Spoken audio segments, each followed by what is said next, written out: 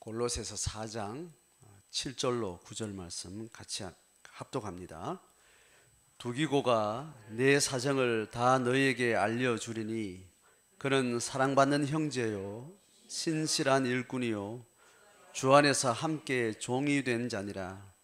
내가 그를 특별히 너희에게 보내는 것은 너희로 우리 사정을 알게 하고 너희 마음을 위로하게 하려 함이라. 신실하고 사랑을 받는 형제 오네시모를 함께 보내노니 그는 너희에게서 온 사람이라. 그들이 여기 일을 다 너희에게 알려주리라. 아멘. 골로새서 4장으로 넘어오면 사도 바울의 골로새 교회에 보낸 편지에 이제 마무리되는 글을 이제 진행을 하게 됩니다. 지난주 2절로 6절 상황은 이 편지를 쓰고 있는 사도 바울의 옥중에 갇혀 있는 상황 가운데 전도에 집중을 잘할 복음 전하는 일을 묶여 있으나 또 풀려 있으나 어디에 있든지 복음 전하는 사역에 온전한 마음을 가지고 있으니 이걸 지혜롭게 잘할 수 있도록 기도해 달라. 그러면서 동시에 골로새 교인들도 전도 의무를 향해서 각자의 삶의 현장에서 또 살아갈 텐데 불신자들과 함께 할 때 내가 어떤 관계 맥락에서 어떤 소통을 하며 복음 전할 기회를 늘 가지면서 할 수 있어야 될지 그걸 함께 고민하면서 6절까지 이야기가 끝이 났습니다. 그리고 나서 오늘 7절로 9절은 이 편지를 전달하는 지금 로마 감옥에 지금 바울이 갇혀 있거든요. 지금 이제 유럽의 지도를 떠올리면 이탈리아란 말이죠. 이탈리아 긴 장화 모양의 그 반도가 있죠. 그 한 중부 지역쯤에 로마가 있습니다. 로마 제국의 수도 로마에 사도 바울은 이제 포로가 되고 또 감옥에 갇힌 채로 이제 있는 거죠. 거기에서 지중해 연안을 지나 가지고 터키 있죠. 터키. 지금 골로새 지역은 지금으로 말하면 터키 지역입니다. 터키 지역 그 어느 일대를 골로새 지역으로 이제 이름했던 거죠. 자, 거기에 이 편지를 전달하는데 옛날에는 대부분 인편으로 편지를 전했죠. 특별히 행정이나 정치 군사적인 목적이 있는 어떤 편지 같은 거는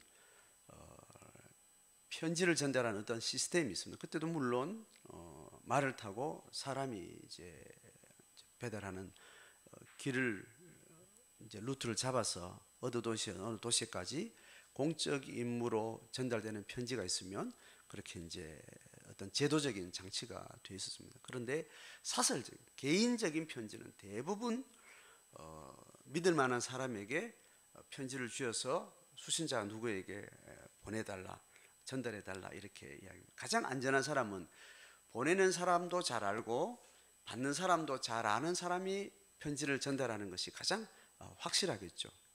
그런데 그렇지 못하면 보내는 사람이 믿을 만한 사람에게 편지를 줘서 그 사람이 이 고대 시대의 로마 지역에 여행을 하고 또 여행을 모든 사람들이 잘 하는 게 아니고 여행을 잘 다니는 사람이 여행을 하면서 생기는 모든 위험 상황, 어떤 특별하게 생기는 어려운 상황들을 잘 대처해서 무사히 여행을 끝마치게 되는 겁니다.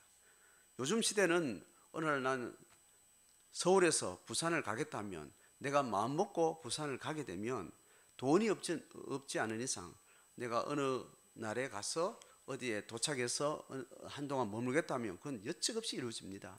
특별한 사고가 없으면. 그런데 고대는 그렇지 않아요. 내가 여행을 하고 싶다고 마음을 먹어도 여행에 훈련된 사람, 여행을 할 때 일어난 많은 사건 상황들, 또 치안 문제, 또 교통 문제 이런 것들이 또 날씨나 이런 이제 일기 문제로 어떤 사건 사고들이 늘 있는 이제 그런 이제 상황이었기 때문에 여행을 잘하는 숙련된 사람이 아니면 전달할 마음이 있어도 끝까지 갈 수 있다는 보장도 없는 그런 고대 시대였기 때문에 어쨌든 내가 누구의 편지를 가지고 어디가 가겠다 목적하며 그 사람이 그 편지 전달 자체에 훈련된 확신이 된 사람이어야 됩니다. 자, 그런 차원에서 지금 사도 바울이 두기고라는 사람에게 이제 이 편지를 이제 맡겨서 골로새 교회 전달을 하게 되는 거죠.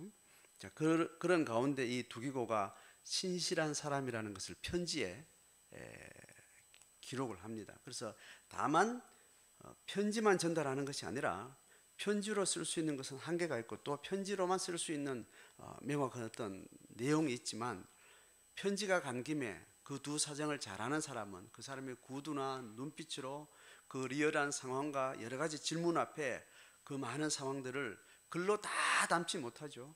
듣고 싶어 하는 사람들의 질문 앞에 그 상황을 총체적으로 적절하게 소개해주고 전달해주고 마음과 마음을 서로 소통할 수 있도록 역할해주는 그 사람의 인성, 이제 이런 것들이 굉장히 중요한 역할을 하겠죠. 편지는 편지 딸랑 편지고 문장만 가는 것보다 그 편지 전하는 사람에 대한 궁금증이나 염려나 모든 것들을 잘 전하는 것이 중요하겠죠, 그죠? 그리고 전하고만 오는 게 아니라 받은 사람들이 이 편지를 받고 어떤 마음인지 답장을 가져온다거나 그들의 태도나 그들의 눈빛이나 그들의 사건이나 그 정황들을 최대한 총체적으로 그것을 몸에 담고 기억에 담아서 마음에 담아서 가지고 와서 최종 발신자에게 다시 전한다는 것이 너무 중요한 일이겠죠. 어차피 힘들게 어렵게 목숨을 걸고 가는 긴 여행을 갔다 올 바에는 그 모든 정보들이 이제 중요하겠죠. 그래서 편지를 전달하는 이 사람이 사도 바울에게는 굉장히 중요하고 이 편지를 전달하는 사람의 신실성에 대한 신뢰가 골로새 교인들에게 절대적으로 필요해요. 왜냐하면 그냥 인편으로 왔다 해서 그 사람에게 꽉 골로새 교인들이 자기 마음이나 심령이나 뭐 영적인 이야기 막 하는 게 아니잖아요. 사람은 그 영적인 이야기라며 그 정서적인 마음의 이야기면 그 사람의 또 신실한 그 사람의 심령과 그 사람의 신앙과 그 사람의 이걸 받아들일 수 있는 그 마음의 소통의 신뢰가 있을 때 그게 잘 되는 거란 말이죠. 그래서 골로새 교회에 들어가면 교인들이 하룻밤 자고 이틀밤 지내면 이 사람이 어떤 사람이구나, 어떤 이야기를 할 수 있는 사람이구나, 이게 파악되는 그 바탕하에 자기가 전할 말을 전하고 들을 말을 또 듣게 되는 거죠. 그런데 그 시간은 짧았으면 좋겠고 그 짧은 시간에 그 사람에 대한 신뢰가 가장 깊고 안정적이면 이 소통과 또 나눔에 가장 풍성한 것을 담겠죠. 그러니까 사도 바울로서는 이 사람이 내 편지를 전할 수 있는 정말 내 마음을 다 안고 가는 사람이고 당신들의 마음도 충분히 받아서 내한테 전달할 수 있는 신실한 전달자로서 어떤 항아리라면 항아리에 뭘 많이 담잖아요, 그죠? 그런 댐댐이를 이제 담아야 되는 거죠. 여러분 사극에 보면 이런 거 있잖아요. 편지를 전하는 사람이 가면 편지를 받는 사람에게 이렇게 이 편지를 받거들랑 내 뜻은 이래 하니까 편지 가지고 간 사람을 목을 쳐라 뭐 이런 이야기가 있잖아요, 그죠? 그런 거 보죠. 고대 시대는 이 편지 전달자에 대한 이 보내는 사람과 받는 사람이 이 사람을 어떻게 상대해야 될지에 대한 분명한 어떤 신뢰나 이런 것을 글에 담게 되는 거죠. 자, 그런 맥락에서 지금 고대 사회의 바울의 이제 전도 상황 또 많은 교회 상황들 영적인 서로 소통이 이루어져야 될 많은 필요 앞에 이 두기고라는 편지 전달자는 굉장히 중요한 의미가 있는 거죠. 자, 그래서 그를 소개를 하는데 장황하게 많은 이야기를 하지 않습니다. 편지가 많은 글을 쓰는 것보다 압축되게 적어야 되는, 또 편지는 작아야 되는, 또 휴대기에 간편해야 되는, 그래서 긴 문장 사설해서 막 두꺼운 편지 이렇게 하는 것도 보관하기도 많은 이제 사정이 있으니까 압축된 이야기로 지금 2절에 걸쳐서 이야기를 하는 것 같아요. 근데 굉장히 중요한 이야기를 하는데 고대의 복음을 전하는 사람이 목양을 위해서 골로새 교회에 편지를 전하면서 그들을 편지로 전달하는 사람을 통해서 발신자인 바울에게나 그 수신자인 골로새 교인들에게 하나님이 역사하길 원하는 영적 권면을 하는 것, 목양을 하는 목적을 위해서 이 중간 편지 전달하는 자의 품성을 어떻게 사도 바울이 문장에 담는지를 우리가 좀 보는 것이 중요합니다. 자, 그래서 그를 소개하는데 7절 하반절에 이렇게 이야기합니다. 상반절에 이렇죠. 두기고가 내 사정을 다 너에게 알려주리니 편지글만이 목적이 아니라는 겁니다.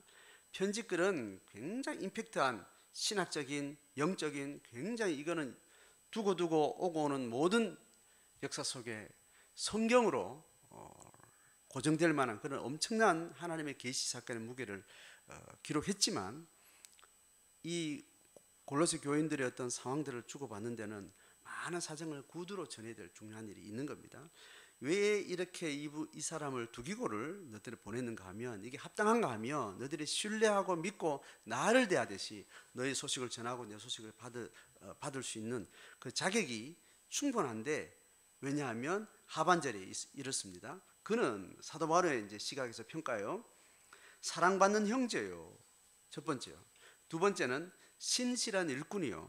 세 번째는 주 안에서 함께 종된 자다 이렇게 이야기해요. 바울이 그냥 뭐 이런 사랑받는 형제, 신실한 이런 이야기 우리가 이제 서신을 통해서 많이 듣죠. 스쳐 지나가듯이 많이 들은 어투예요. 바울 서신에 이런 어투는 어느 서신에 있었더라 헷갈릴 정도로 이런 투의 이야기가 많습니다. 근데 이게 사도 바울의 그냥 습관적인 언어 방식이냐 사람을 설명할 때 뭐 이런 식의 이야기하는 그냥 습관적이냐 이렇게 그냥 쉽게 들으면 그래 이해할 수 있지만 사도 바울의 권면과 가르침의 목회적인 어떤 중점을 이렇게 잘 생각하면 이 세 가지는 너무 중요한 단서가 됩니다. 자, 이거를 이제 다시 이제 우리 시대에 오늘 21세기를 살아가는 성도로서 우리가 이 말씀을 볼 때 오늘 이 계시 말씀 중에 사도 바울이 이런 상황 가운데 편지 전달자를 편지 수신자에게 소개하는 이 세 마디의 이 단서가 오늘 우리에게 어떤 우리도 영적 권면을 받아야 될 자고 우리가 하나님 앞에 서로 신앙의 소식을 주고받아야 될 우리의 삶을 생각하면 우리에게는 어떤 의미가 있는가를 이거를 잘 해석하는 것이 오늘 이렇게 주 목적이겠죠.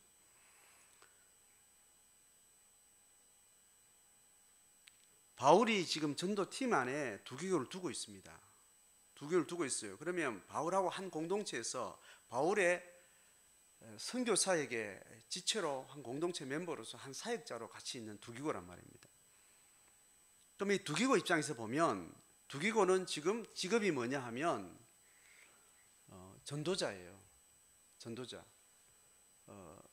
이제 매일 출근을 하는 건 일어나면 출근이죠. 퇴근하면 바로 잠자죠.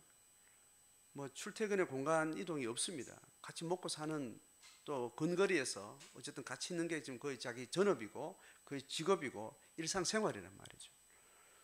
이 두기고는 함께 자기 삶을 함께 살아가는 그 무리들과 함께 어떤 삶을 살았는지를 지금 평가를 받는 거예요. 이거는 두기고뿐만 아니라 사도 바울뿐만 아니라 이 땅에 육신의 생명을 가지고 살아가는 모든 사람은 홀로 살지 않죠. 가족이든지 많은 사람들 속에 살고 자기 육신의 삶을 살고 거기는 마음을 담고 있고 신앙을 가졌으면 신앙의 고백을 가지고 살고 그렇게 산단 말이죠. 그 각자가 제가 늘 설교 때마다 설명한 던져진 삶이라는 게 있습니다.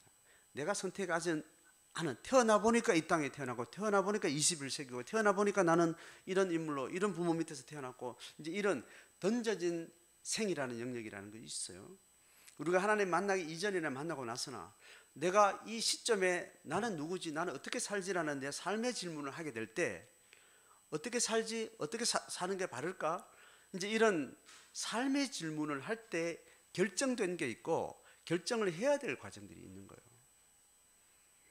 그래서 하나님이 우리를 만나 주시고 우리가 하나님 앞에 나 신앙으로 어떻게 살지 이 질문이 교회의 질문이요 성도의 질문이요 교회의 질문이죠. 우리 각자의 질문이란 말입니다. 사도 바울의 입장도 그렇고 두기고 입장도 그렇고 지금 오늘날 우리도 동일한 입장에 있는 겁니다. 그럴 때 오늘도 나는 현재를 살아가는 이 한순간에 내가 이 삶을 어떻게 충실히 살아갈까 이 질문을 할 때 우리는 하나님과 관계 속에서 그 삶을 찾기로 결정한 사람이고 거기에 답이 있을 거라는 생각하고 늘 우리를 돌아보고 우리 삶을 대하고 있는 겁니다. 그럴 때 내가 결정된 삶, 이미 내가 하나님 앞에 뭐 어떻게 살지 질문하는 순간에 이미 결정되어 있는 삶이라는 게 있잖아요. 과거에 살았던 삶, 이미 고정된 나의 어떤 사회적인, 인성적인 이런 자기 존재 영역이, 이것을 예수를 만난 순간 그냥 어떻게 살다 보니까 나는 그렇게 살았는 줄 알았는데, 예수를 만나고 보니까 그게 다르게 평가되는 게 뭐냐면, 예수께서 내 인생에 우주 만물 창조 전부터까지 거슬러 가서 계획하시고 목적이 있어서 나를 이 땅에 보내셨고 지금 이 순간까지 나를 살게 하셨다는 이 고백이에요.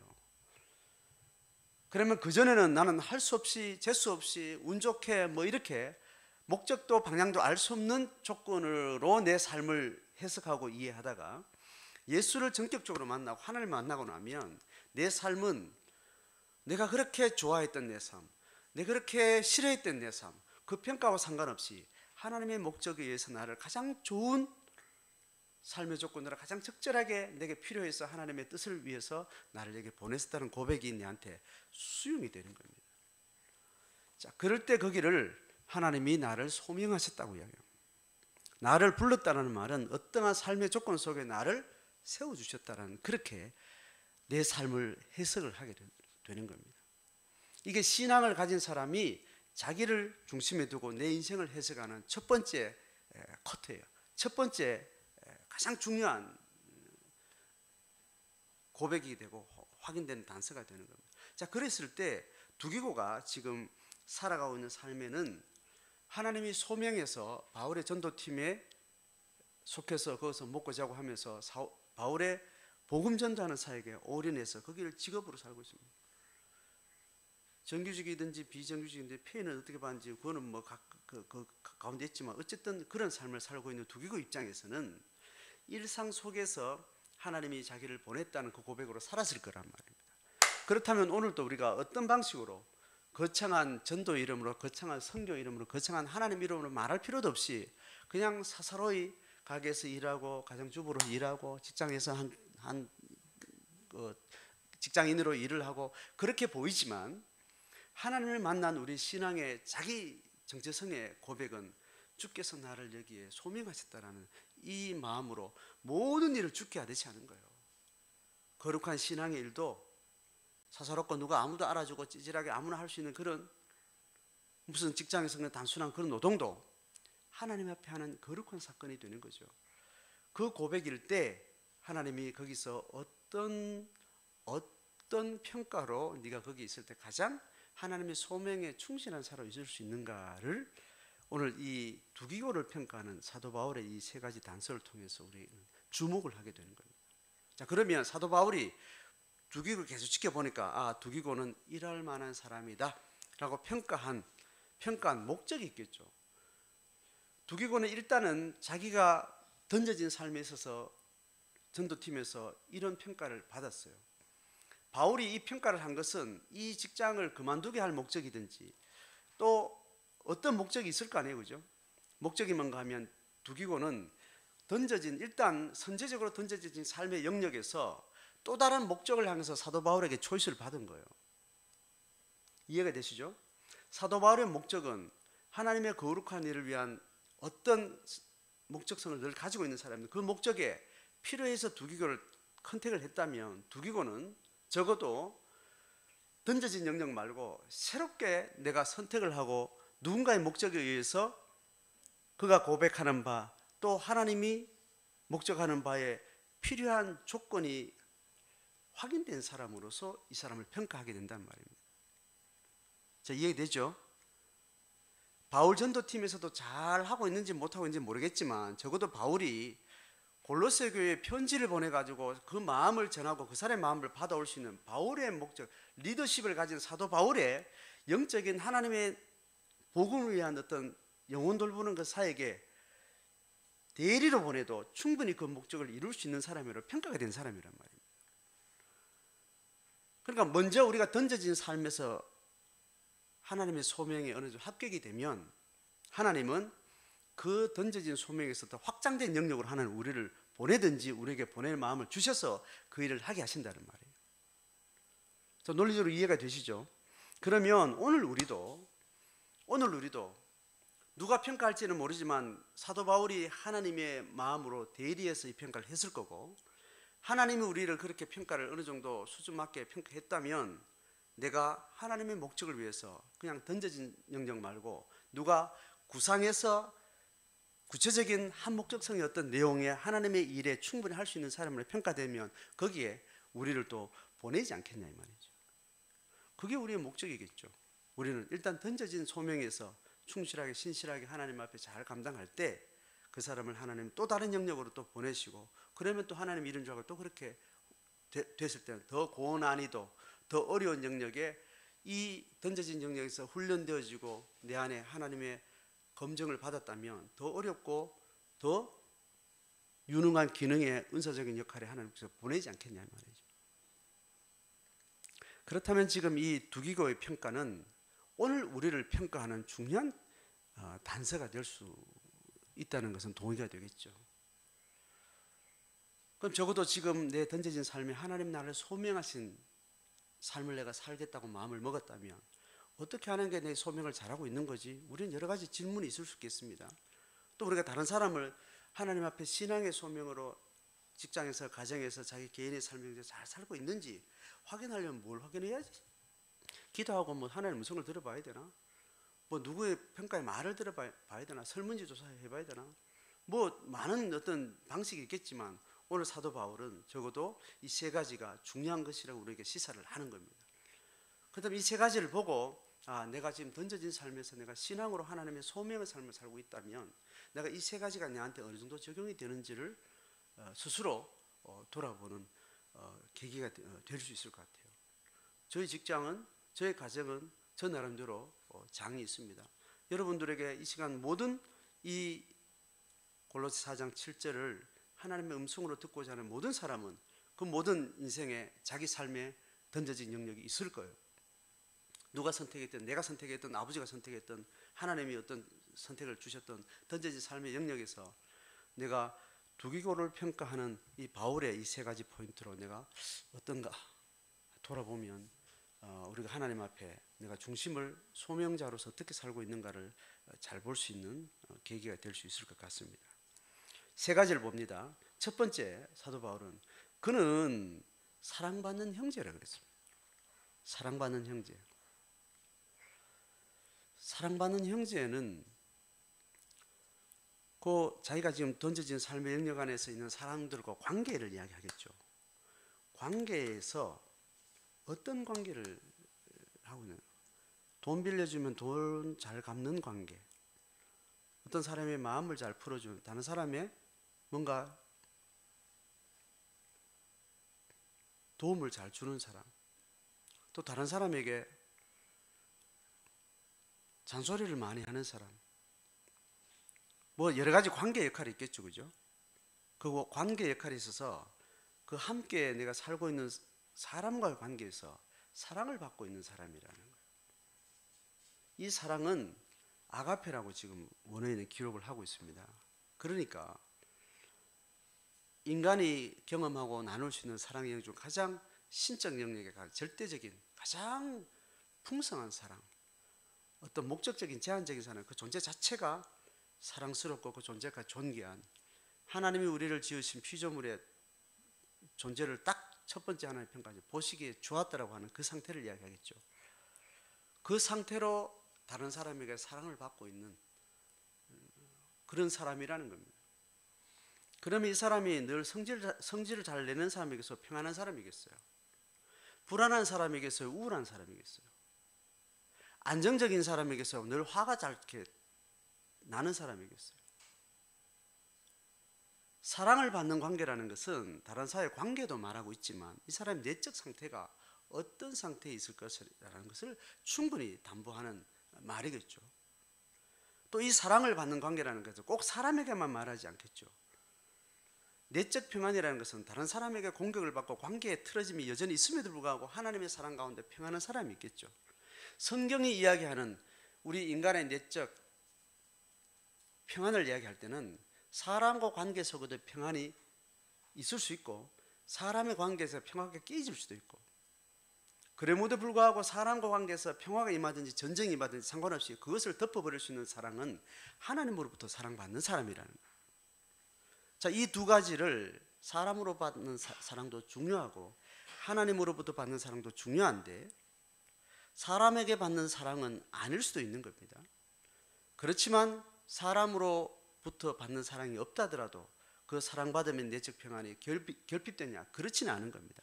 하나님으로부터 사랑을 받으면 사람으로부터 어떤 공격을 받더라도 그 평안은 그 내적으로 담보가 되는 거죠.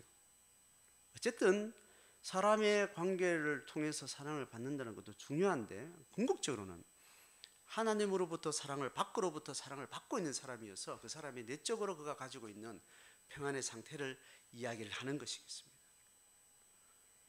여러분 개인은 어떠신가 모르겠습니다. 저도 자신을 돌아보면 내가 하나님 앞에 소명으로 살 때 끊임없이 사랑을 받는 자이지 않으면 나는 소명 앞에 설 수가 없는다는 것을 여러분도 알겠죠. 하나님의 부르심에 눈을 뜨고 거기에 주목할 수 있으려면 하나님이 주시는 평안이 아니고는 절대로 신적인 영역에까지 깊은 데까지 사랑의 마음으로 부르심을 향해서 내가 있을 수가 없는 것이 인간의 마음이에요. 사람을 통해서 하나님의 사랑이 전달될 수도 있고 사람을 통해서가 전달되지 않을 때는 하나님으로부터 사랑이 전달될 때도 있고 그는 사랑받는 자여야 된다는 거예요. 하나님은 우리를 소명하셨다면 네가 끊임없이 사랑받는 자여야 된다. 겉으로는 어떤 경험을 할 수도 있지만 상황으로는 사건으로는 어떤 경험을 할 수 있지만 넌 내면 깊은 데서는 시냇가에 심은 나무가 밖에 가물어서 밖에 뭐 전쟁이 나서 누가 톱질을 하든 그가 가지고 있는 뿌리가 어디에 있는 거냐가 중요하다고 이야기했습니다. 네가 부름받은 삶을 살고 있다면 너는 끊임없이 사랑받는 존재로서 자기 정체성을 잊어버리면 안 된다. 이게 있어야 뭐 뭘 하든 말든 인생을 잘 살았느니 못 살았느니 인간이 평가할 수 있는 그 평가는 고사하고 하나님 앞에 소명의 자리에 서 있다는 자기 고백이 가능합니다. 그럴 때 이 싸움을 위한 싸움도 가능하고 성찰도 가능하고 분별도 가능하고 지속 가능한 하나님 앞에 살아가는 삶이 가능하다는 거예요. 딴 거 다 놓쳐도 뒤에 거 다 놓쳐도 좋아요. 신실한 일꾼은 아니어도 좋아. 주 안에서 종인된 사람이 아니어도 좋아. 첫 번째 단서는 네가 사랑받는 자여야 된다. 사랑받는 자로서의 자기 정체성을 놓치면 안 된다. 그러면 하나님도 구제할 길이 없다. 하나님도 그 사랑을 받기를 원하는데 그 사랑을 이 속에 담지를 못하면 하나님도 일할 수 없다. 임재한 성령도 일할 수 없어서 불 꺼진 소멸의 상태로 네 안에 있다라고 이야기하는 거예요. 하늘로부터 임하는 네 안에 끊임없이 공급되는 아가페의 사랑이 네 가운데 계속 주입되는 것을 네가 놓치지 말아야 돼. 적어도 두기고는 그런 삶을 살았던 것 같아요. 그래서 옆에 늘 함께 사는 사도 바울이 확인됐어요. 아, 저 사람은 계속 누군가로부터 사랑받는 평안에 안정된, 그래서 그 부유함이 오늘 또 주의 소명을 향해서 늘 의식을 가지고 깨어서 내 삶을 단도리 하고 기능적으로 뭐 찌질하고 좀 성격이 어떻고 그래서 한계는 있지만 지 마음에는 적어도 주를 향한 소명의 자리에 서서 늘 사랑받는 자기의 정체성을 가지고 있는 사람이다. 이게 확인됐다는 거예요. 두 번째는 신실한 일꾼이라는 말. 신실한 일꾼은 이 말이 하나님 보시기에 사람 보시기에 뭐 여러 가지 이야기를 할 수 있지만 적어도 일하는 데 있어서 기능적인 일에서 역할에 있어서 내가 사랑받는 존재로서 내적인 어떤 영역을 첫 번째 이야기했다면 어차피 우리는 육체적인 삶을 살면서 시공간 안에 던져져서 어떤 기능적인 일에 우리는 적어도 던져져 있습니다. 아무것도 안 하더라도 내가 밥 먹고 사고 잠자고 내 몸 육체적인 이 건강을 유지하며 이 시공간 안에 이 유지가 된다는 것 자체만으로도 할 일이 있는 거예요. 먹어야 되죠. 씻어야 되죠. 자야 되죠. 일어나야 되죠. 뭐 다 그게 있습니다. 그런 육체적인 기능에 있어서 네가 권리가 잘하고 있다라고 다른 사람 보기에 옆에서 보기에 뭐 일이 맡겨져 있으면 잘하고 있다. 엄마로서 잘하고 있어. 애들 밥 주고 양육하고 가정에 경제적인 필요가 있으면 어찌 가서 이 돈을 벌어서 가정을 꾸려나가고 어쨌든 일은 되게끔 잘한다 못한다 평가를 할 수 있죠. 결과가 어떻다 못하다 할 수 있지만 네가 던져진 일에 있어서 적어도 네가 월급 받고 있는 직장에서 다른 사람들 보기에 쟤는 일 맡겨놓으면 사고 치지는 않아. 적어도 지가 맡은 거는 끝까지 어쨌든 잘하든 못하든 애를 쓰고 그 역할을 해. 이런 평가가 되는 겁니다. 그러니 하나님의 소명의 사람은 직장이나 가정이나 혼자 있거나 그 역할에 있어서 남한테 짐주지 않고 내가 마음먹은 것을 끝까지 감당해내고 지가 진 것을 끝까지 책임지는 기능적인 일에 그 짐을 지고 가더라는 거예요. 그 지고 가는 그는 즐겁겠어요?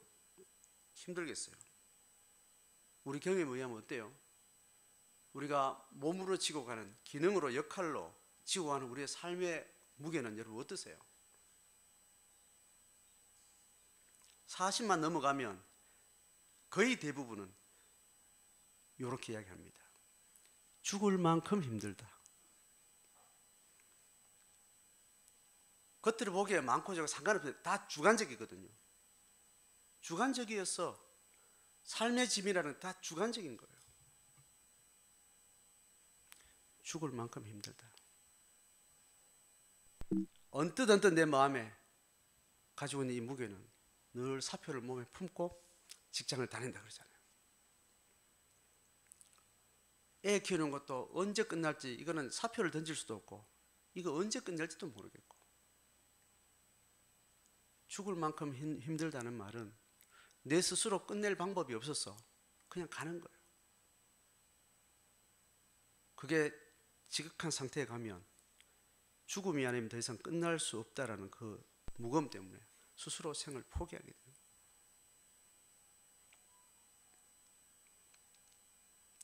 우리가 신실한 일꾼이라는 것은 적어도 버티는 것이 적어도 지고 가는 것이 죽을 똥 살 똥 그렇게 걸어가는 겁니다. 그래 가면 적어도 두기고는 신실한 일꾼으로 평가를 받은 것 같아요. 소명의 영역은 죽을 똥 살 똥 짐지고 가는 거겠습니다. 우리 모두의 고백일 겁니다. 10년만 하고 나면 이거 언제 끝나지라는 질문이 나도 모르게 올라오게 되고 그런 내 재량과 끝낼 수 있으면 빨리 끝내는 방식으로 대응을 하겠죠. 그것도 선택의 여지가 없는 사람은 또 그냥 지고 가는 겁니다.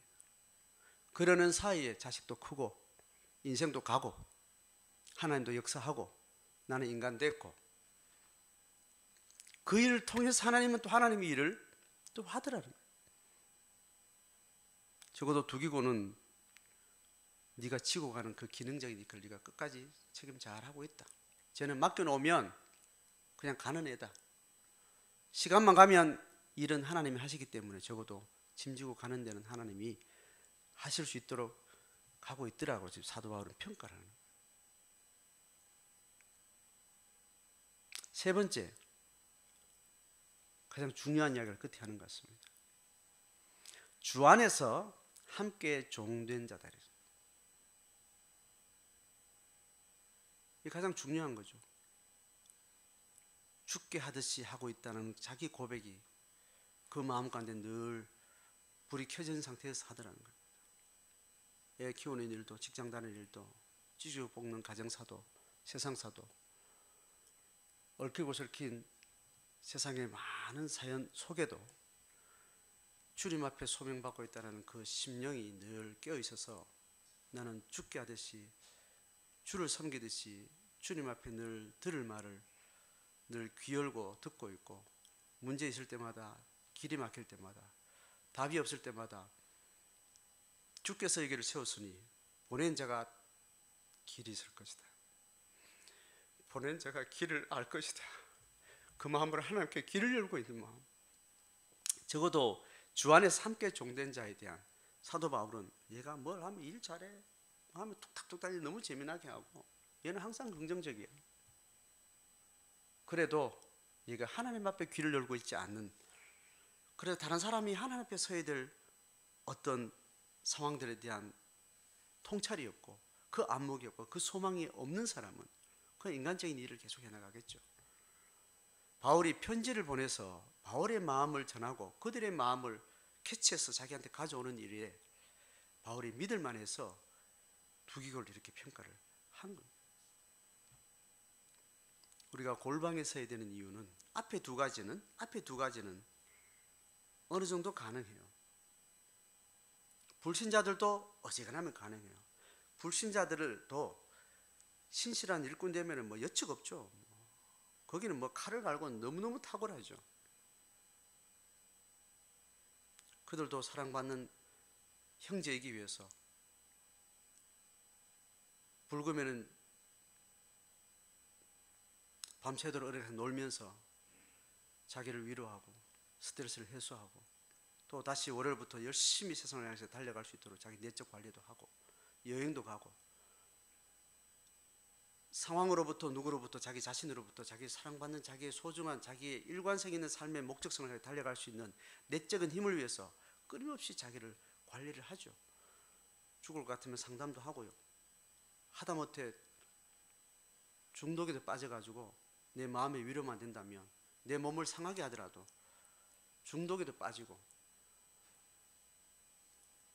그렇게 해서라도 내 안에 어떤 것을 풀어내기 위해서 어쨌든 열심히 하는 것이 세상 사람들도 그렇게 합니다. 근데 이 마지막은 하나님 앞에 종된 신심을 가지세요. 내 마음에 신심을 가지세요. 어떤 거룩한 구별한 거창한 일 말고 사소한 일상 속에 내가 존재하는 그 시간 한 순간도 어떠한 아무도 모르는 좁은 아무것도 없는 그런 공간에 있을 때 거기서 신심의 마음을 가지고 소명했다는 자기 정체성을 가지고 하나님의 음성을 들을 수 있는 거기에 열려있는 사람이에요. 그렇게 할 때 하나님의 신심을 일으키는 사역에 그 영혼을 위로하고 하나님의 뜻을 이루어가는 일에 우리가 또 다른 확장된 소명에 나아갈 수 있게 되고 위임이 되고 하나님 또 쓰시게 되겠죠. 자, 그것은 바울이 초이스하든지 하나님이 초이스해서 환경을 열든지 그건 다음에 맡기고 내가 우리를 돌아봐야 될 것은 자신을 돌아봐야 될 것은 내가 사랑받는 형제로서 사랑받는 지체로서 가족으로서 내가 내 삶을 살아가고 있는가. 자기를 잘 케어하셔야 돼요. 자기를 잘 돌보셔야 돼요. 자기 마음을 잘 돌보셔야 돼요. 망가뜨리면 안 됩니다. 방치해서 안 됩니다. 내가 늘 사랑받는 자로서 풍성한 내면을 유지할 수 있도록 오랫동안 방치하면 안 됩니다. 늘 껴서 자기를 잘 돌봐야 돼요. 자기를 목양할 수 없는 사람은 자식의 영혼을 목양할 수 없습니다. 행복하지 않은 엄마는 행복한 자녀를 키워낼 수 없습니다. 행복하지 않은 사장은 행복한 기업을 만들 수 없습니다. 부름받은 자기 영역에서 나는 행복하고 사랑받는 자여야 돼요. 하나님은 그건 끝없이 준비되어 있다고 우리에게 선언하고 계시고 다 준비를 갖추고 계십니다. 우리가 초점을 어디에 두느냐에 따라서 막히기도 하고 열리기도 한 그 사랑받는 자로서 또 주어진 삶을 짐지고 가는 일에 내 몫을 끝까지 감당하리라.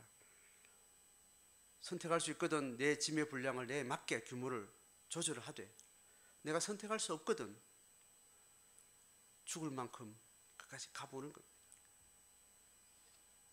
내가 선택할 수 없는 영역에서 죽을 만큼은 반드시 하나님이 다루고 계시는 거예요. 네가 살아만 있어라. 이 죽음을 통해서 반드시 부활 생명을 내가 네한테 경험하게 하겠다. 하나님이 그렇게 하시는 거예요. 내가 선택하고 할 수 있거든 선택할 수 있다면 내 내적인 힘에 맞는 양의 짐을 지는 일에 주저하지 않아야 됩니다. 과하게 지지 않아야 됩니다. 영혼이 침체될 만큼 삶의 무거운 짐 져서는 안 됩니다. 하나님이 쓸 수가 없어요. 그런 하나님의 소명에 서 있다라고 내 인생의 가치를 그렇게 고백하고 있다면 이 마음으로 오늘 두기고를 평가한 사도 바울의 그런 사랑받는 형제요 신실한 일꾼이요 주 안에서 함께 종된 자다.